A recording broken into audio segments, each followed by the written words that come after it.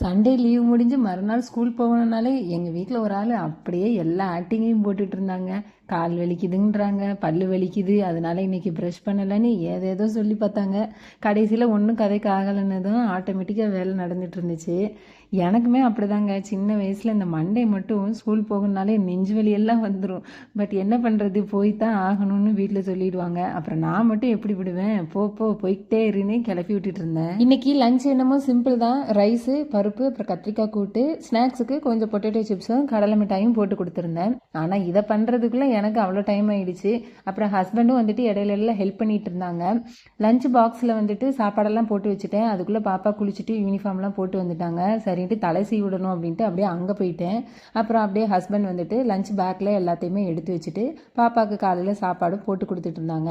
நேற்று இளநி வாங்கிட்டு வந்தது இருந்தது. சரி, அதை ஒரு பாட்டிலில் ஊற்றி கொடுத்துட்டோன்னா பாப்பா ஸ்கூலில் குடிச்சுக்கிடுவா அப்படின்னு சொல்லிட்டு அவங்களுக்கு ஊற்றி கொடுத்துட்டு இருந்தோம். காலையில் டிஃபன் எதுவும் பண்ணலை, மாவு இல்லை, அதனால சாப்பாடே வச்சு கொடுத்துட்டாங்க. பருப்புனா ரொம்ப பிடிக்கும், ஆனால் அதுக்கு பக்கத்தில் இருக்க இந்த காய் மட்டும்தான் வேண்டான்னு சொல்லிட்டு முகம் அஷ்டகோணலாக போயிட்டு இருந்துச்சு. சாப்பிட்டு தான் ஆகணும்னு சொல்லி எதோ சொல்லி சாப்பிட்டுட்டு அப்புறம் ஸ்கூலுக்கு கிளம்பிட்டாங்க. நம்ம சேனலை இப்போ தான் ஃபஸ்ட் டைம் பார்க்குறீங்க அப்படின்னா மறக்காமல் ஃபாலோ அண்ட் சப்ஸ்கிரைப் பண்ணி